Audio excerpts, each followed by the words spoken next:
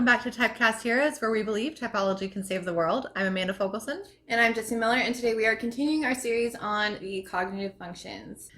This series serves as a teaser for our 16-episode podcast that we'll be releasing on the data that we've been conducting and the research we've been conducting for the past several months that will be released this summer. If you need a reminder about that project, go ahead and click below on our post, Welcome to Typecast Heroes. So you took the Myers-Briggs test, now we are continuing that explanation. So if you've watched all of those videos, you know that you got assigned a 4-letter code based on 4 dichotomies: introverted, extroverted, thinking, feeling, intuition and sensing, and judging and perceiving. So remember, the 4-letter code actually describes the order of your cognitive functions. So today we will be discussing a certain one of the cognitive function axis, which is Introverted Intuition and Extroverted Sensing. So remember, people spend a lot of time arguing about Myers-Briggs, I myself included, on the internet, arguing about what the cognitive functions mean, what their behaviors present as, and they argue that Carl Jung was too vague and it's too abstract to really talk about. But my argument here is this, that it's important to have the proper language to describe what's happening in our brain, our mental processes, so that we can own it, talk about it with the people who love us and who we love, and then we can also discuss the systemic implications when certain behaviors arrive over and over again in percentages of the population. So like Jessie said, this video is all about introverted intuition, which we will also be talking about extroverted sensing, and we'll explain why in just a little bit. But just a quick warning, in this sense, we are talking about an introverted function. That does not necessarily mean that you're introverted, like you want to stay inside and read books all day and be by yourself all the time. In typology, introverted and extroverted does not mean what it means in a social setting. So it's not about staying in, not about how much you like people or don't like people, how much you like to party or anything like that. Also remember that anyone can be anything. So a lot of the stuff that we're going to go into here, you may relate to, but remember your default setting and who you are at your core. And even if you relate to something we're saying, that doesn't necessarily mean that you use introverted intuition. So just remember that as we go through all these different types. Okay, so to introduce the types that rely on introverted intuition the most is INFJ, INTJ, ENTJ, and ENFJ. So like Amanda said, introverted does not mean that you are like people or don't like people. It means where do you put your focus. So for introverted intuition, that means that you look inward for the abstract thought, for concepts, for theories and philosophy, for all of the pattern making that you do in your mind. And oftentimes that includes being able to predict things very far out in advance. Now, because we are human and humans tend to only remember when they're right, this is where some of those stereotypes come in about introverted intuitives being able to predict the future. But I'm telling you, ENTJs, you can't do that. I know you think you can, but you can't. And the reason that it's magic is because you come to a conclusion and you can't always explain how you got there. So it is very difficult to explain your thought process, and people look at you and they're like, well, how could you even know that? But really, it's just advanced pattern making. We see, and we don't, when we look at objects, we are connecting them to our own concepts and theories that we have going on in our head. And oftentimes that means we miss everything else. Because the only thing, we will look at an entire room and we will only see one object in the room and connect it to our theories and philosophical problems going on in our mind. And that's all we see. Because that is how introverted intuition works. And introverted intuition is really slow. So a lot of people think that it's fast. That's a misconception. It takes a long time. I usually tell Amanda, if we are working on something together, that just give me a couple days and my introverted intuition will it'll kick around in there and then I'll have an answer for you, but I don't have one right now. She's proven it time and again. Yeah. And for reference, being an E user, an extroverted intuition, I'm very fast to everything. I'm not as deep, but I am fast. And it's almost the complete opposite here. She's a little bit slower, but she can dive in so deep. So when I come up with an idea, it's just going to be like, baseline, here's the idea, now you figure out the rest. Whereas when she comes up with an idea, it's going to be like, here's the idea from start to finish. This is our 10-year plan. It's a perfect way to describe it. Yes. Okay, so in those examples, and I can't always explain how it got there, whereas introverted sensing can, right? So There are some similarities, though, between introverted intuition and introverted sensing because they are both perceiving functions, which, remember, perceiving functions are how we see the world. They're the lenses through which we look to view our environment and take in information. So just like introverted sensing, which we talked about in a couple videos from before, introverted sensing and introverted intuition are both perceiving functions. So they are how we see the world, take in information. They are the lens through which we look to view everything around us. And because they are both introverted and they're both perceiving, they have a lot of similarities. They take a long time to come up with things. They can make the person feel very detached from reality because they have to go into their own mind and spend a lot of time there. So they have this kind of stereotype that they're in their head a lot and they're not really focused on what's happening in the moment. So because of that, introverted intuition is on an axis with something called extroverted sensing. And that ties us to the moment. So we are not completely just in our heads doing theories all day, which probably I am more than most people. But for the most part, we are not completely just in our head all day because we do have extroverted sensing on this axis. So because both of these mental processes are inside the mind but separate in the person, it makes us function in the real world. All right, so now that we've got those scientific definitions out of the way, we are going to go ahead and give you some examples. So first we're going to talk about the extroverts who have introverted intuition. So again, remember, everybody has introverted functions and extroverted functions. And so we're going to talk about the ENTJs and the ENFJs. So ENTJs and ENFJs are both judgers, and then they lead with judging functions. So that's extroverted thinking for the ENTJs and extroverted feeling for the ENFJs. So this means that they are very action-oriented. They want to do things now. But they do rely on introverted intuition still. For ENTJs, because they lead with extroverted thinking, they want to bring logic and data into the outside world. And the way that they use their introverted intuition is it feeds it to project forward. So they will use all of their systems and data, and they will make predictions going way future based on all the patterns that they've seen. I have talked to many ENTJs, and so many. And there have been... for instance, there was one who was very much dedicated to his practice of yoga, and he was very much convinced that he could not possibly be an ENTJ because he loved to meditate so much and be into yoga. However, he had a very hardcore meditation chart for how he had structured his day and how to be the most efficient meditator possible. Which is not normally what people who are practicing meditation do. Normally it's a relaxation. No, it was adorable. It could be adorable, it's fine, but that's not the norm that you would hear about yoga or meditation. Take for instance my dad. I'm fully convinced that he's an ENTJ, even though yes, he is. You might not be, Pops, but you are. No, he's an ENTJ. You're an ENTJ if you're watching this, which you should be because I'm your daughter. Support me. Anyway, so I'm fully convinced he's an ENTJ. Yes, he is. And he is the exact same way, that if there was anything he was doing, even if it was to relax, he would have a plan on how to relax the most efficient way. Like, that's going to happen. And no matter what he's doing, there is a plan in place, and there is some sort of data, even if it's his own, there is data there, and it makes sense to him that this is what's happening. Right. And so the big point about that and how this is introverted intuition is because they are able to predict forward. They're pushing their actions. So they are very action-based. ENTJs are very action-based, but they're using that introverted intuition to help guide their actions. So they're not spending a lot of time in their head. They're actually out in the world doing things. ENFJs are very similar, and I find in the women and men that I've spoken to, a lot of ENFJs are also in a corporate environment because they view their extroverted feeling as people in a large group sense. So they're very good at managing people as well. So a lot of ENFJs are very focused, very powerful, very driven, action-oriented people. And again, they're still using their introverted intuition to see things forward. One of the things that I see with ENFJs is when they look at a person, they don't really see that person necessarily. They see who that person could be 10 years from now. And then they see how to get them there.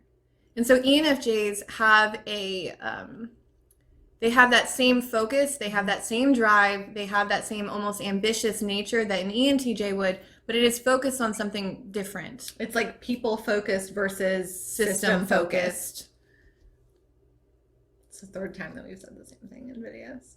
So that is how extroverts would use introverted intuition. So again, ENFJs, very similar to what we said about ENTJs, like very lovely people, very driven people. They are very powerful, very focused, very ambitious. Like that is something that I hear over and over again about ENFJs and ENTJs, is that they are very like goal-oriented. Strong-willed. Oh, that too. They're very strong-willed. They know what they want and they know how to get there.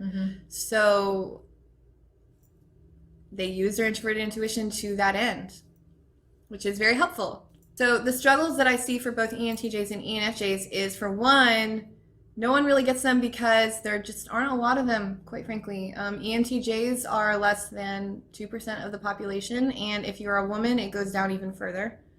And ENFJs are also in that 2%. So you guys run the whole world. You could, if we gave it to you, but there's just not a lot of you. So you very well, even if you are in a corporate environment, you may go through your whole existence meeting only 1 or 2 people who are like you. So that can be really isolating, and sometimes it can create a complex that nobody really understands you because there's just not others, or you're not meeting people who are like you necessarily. And something else that frustrates them is because ENFJs and ENTJs both see the bigger picture, it can be really frustrating when everybody's focusing on the minor details that don't really matter in the bigger picture. So if you are being very nitpicky around ENTJs and ENFJs, they're like, well, focus outward, like pull your view outward and see like this whole world, because that's what introverted intuition does. So again, the importance of our video and this instruction is that knowing if you are an ENFJ or ENTJ that you have a tendency to want to zoom out, you can take ownership of that and be like, well, this is my introverted intuition. I can't tell the future. I'm not magic, but I do know that I have a tendency to want to zoom out, to look at the big picture, and it's frustrating and that can be a little isolating, but I need to own it because it's a gift and so few people truly have it. And I would also just give you ENTJs and ENFJs out there encouragement to not get frustrated at the people who can't do that, because for one, that is the majority of the world that cannot look, or that don't tend to look outward like that, like big picture. And so take that as a unique gift and use it as a strength. And what that can look like in a form of leadership is that you are the one who is coming up with that big picture idea, and then maybe you have a team that is helping you with those minute details, the ones that maybe you don't focus on as well as they do, or maybe that is their strength. Play that up, you know. ENFJs, I feel like you're probably really good at that because you're always focused on the people. ENTJs, that's probably a point of, don't say it. That's probably, don't tell them that. That's probably something to, you guys are great leaders. I think that, again, one point of encouragement is that just see your people and see the strengths that they have versus the strengths that you have. They're more than likely going to be very different, and just lean into that and use the strengths that you're playing with instead of trying to get people to think the way that you do, because it's not going to happen. I want to say, so my message to society, if you have an ENTJ or an ENFJ in your life and you love them, this is my advice to you because they have introverted intuition. I say, first off, they need a couple days to come up with a plan. So do not go up to an ENTJ or an ENFJ and give them a huge, ultimatums are a mistake because introverted intuition takes time. Yeah. Mistake. You'll lose them instantly. If you are in a relationship with one, that is the fastest way. And ENTJs and ENFJs both do that introverted intuition door slam nonsense where it's like, if they're done, you're done. You are not worth their time anymore. So don't do it. Give them time. They need time to process everything because that's how introverted intuition works. Also, society needs to just, they are good bosses. They're good at what they do. Let them keep running what they're running. So last thing I'm going to say about the extroverted intuitive, or the extroverts who use introverted intuition, and then we're going to move on, is that sometimes they can feel a little lost in their identity, because if you look at their function stack, they have a judging function that is focused on the outside world, so extroverted thinking or extroverted feeling. And then they have introverted intuition, which is very detached from the user. So introverted intuition is not pulling on your own experiences. It's not pulling on memory. It is pulling on abstract theories and concepts and philosophy and other things that are not about the person themselves. And then you look in their third function, and it's extroverted sensing, which is very based on the outside world, concrete data. So their top 3 functions really aren't about them at all. So a lot of the ENTJs and ENFJs I've spoken to have a hardcore sense of they don't know who they are until they're older, because they have to have time to develop the last one, because there's not a whole lot in their mental process that is focused on building up an identity. So I understand where that frustration is coming from, and I know why that happens. And I say you need to spend time on self-improving the inside, on the inside, because I know you guys are all about the external stuff, and ENTJs and it's ENFJs, hard. y'all are good-looking people, ENTJs and ENFJs, and you know you are. This one, SE Child, oh my goodness, produces some good-looking people. However, focus on the inside some. Now we're going to move on to the introverts, and that is the INTJ and the INFJ, and you guys are even less than the population. Probably together less than 3% is INTJ and INFJ. And again, we have that little promo clip out which talks about how you shouldn't be dedicated to being a type. You need to look at how you function, because it's important to have the right language to describe what's going on in your mind and in the people that you love. So as we discuss this, remember your default setting. Is this really you or not? And just to give a little warning, these are probably the types that people type as often, like a lot of times, and they are the most mistyped. So again, you're probably going to feel like you relate a lot here, but just keep in mind. Actually, hope you don't. You may not. You may not. You may not. That's not what I mean. Yeah. You may not. I'm hoping that by explaining this, we can show you that the differences between these. Right. Yeah. Because there is some big differences here of how this works. And we'll talk about the difference between these types versus the ones that they're commonly yes actually are. And it's important to accept your true self. type. Yes. Okay, so the introverts who have introverted intuition and extroverted sensing, they rely on the intuition first. So of all of the introverts, these are the ones who are probably the most in their head. And they have to be. They spend hours and hours and hours in their head, and this is obviously the INFJs and the INTJs.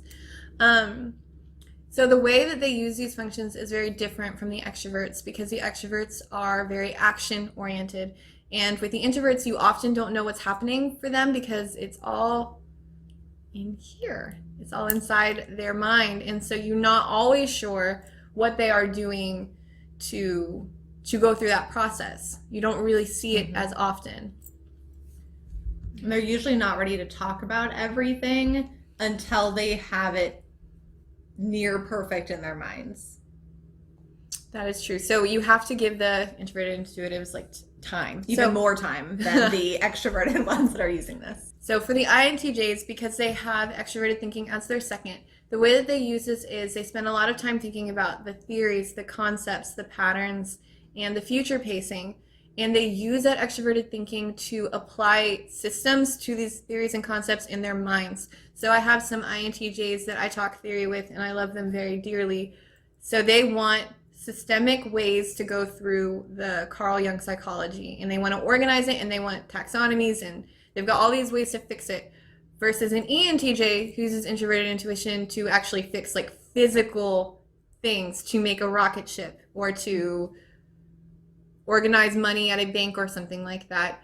The INTJ is going to be dealing with more theoretical concepts. So it's often not concrete stuff that the INTJ is working on, and that is a huge stereotype that INTJs are the ones who are working on computers. That doesn't mean they can't. They can, but oftentimes their focus is on theory, not on action.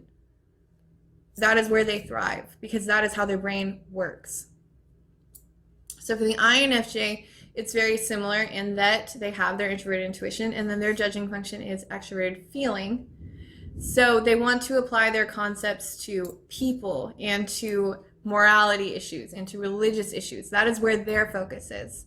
So if you look at them, again, they can be action-based. They can do a lot of good for people, a lot of volunteering sometimes. Sometimes INFJs can. We are not saints by any means, but they, a lot of time, again, I'm somebody who always says, and I don't speak for all INFJs out there, and I'm sure a lot of you INFJs who are watching are like, she's not a real INFJ. Okay. But she is. I hear you. I'll say it. Introverted intuition gives you that power to separate from yourself, to see the bigger picture outside of yourself, and to apply those theories to, like I said, to either people or to systems. So a lot of this is not always action-based. So INTJs and INFJs can be very much out there in the world, but we would probably prefer, if it was up to us, to do that or not, to think all day. So just like with the extroverts, introverted intuition can give INTJs and INFJs a little hole where their identity should be, because introverted intuition, again, is very detached, and then extroverted feeling and extroverted thinking is very outward focused. Mm-hmm. And so really and then they also have extroverted sensing in their fourth function. So when you look, the only part that they have a real identity of is either introverted thinking for an INFJ or introverted feeling for an INTJ. Mm-hmm. And so it becomes very difficult sometimes. You get so caught up in theories and concepts and in future pacing that you forget to become a person. Mm-hmm. And that's something that INFJs are often accused of, and INTJs as well. INTJs have this stereotype of being robots or unfeeling.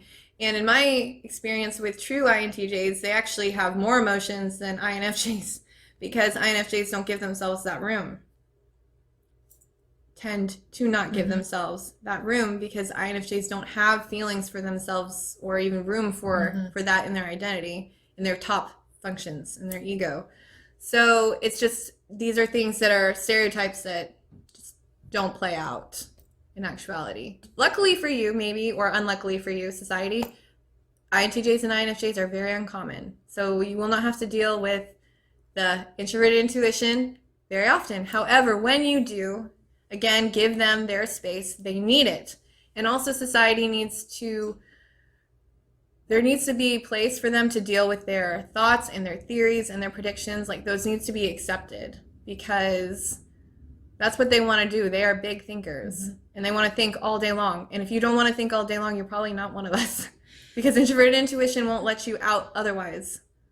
And as for personal growth here and what INTJs and INFJs can do, I said this in a past video where, yes, you need your time and you need your space. But because people don't necessarily understand that, and if we're being honest, you guys don't communicate that very well to other people. Sometimes you tend to not. That's my advice to you, is to just let people know. This is my FE child coming out, but let people know, because you can really hurt people. You can mess up relationships. You can burn bridges by not communicating that you need your space or you need your time. So instead of just closing the door and walking away for a little bit and just expecting people to be okay with that, just take it one step further and let people know how you're feeling or what you're needing. If you can't go down the feeling route, I get you, but what you're needing, or you know, how much time you need.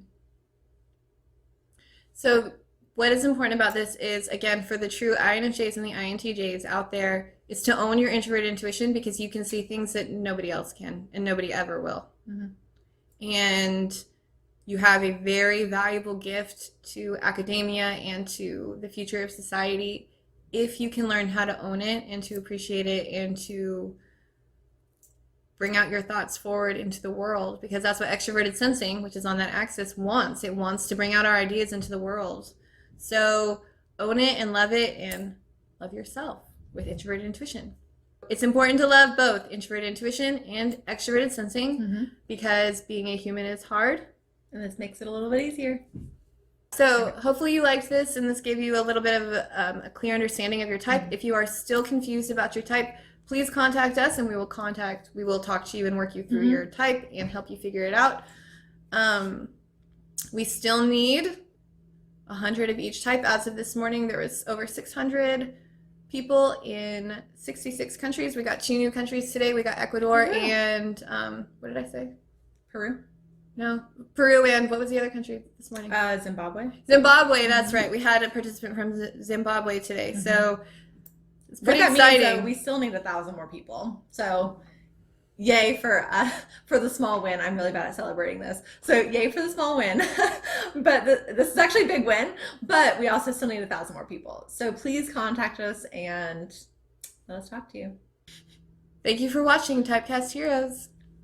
Bye. I don't like that thing. Then don't do that thing. Well, I liked it until right now. Okay. All right. Thanks for watching. Okay. Thanks for watching Typecast Heroes. All right. Bye. Let's gather around the type fire and sing our type fire song. Our MBTI TYPOLOGY song. And if you feel uncomfortable, then know there's nothing wrong.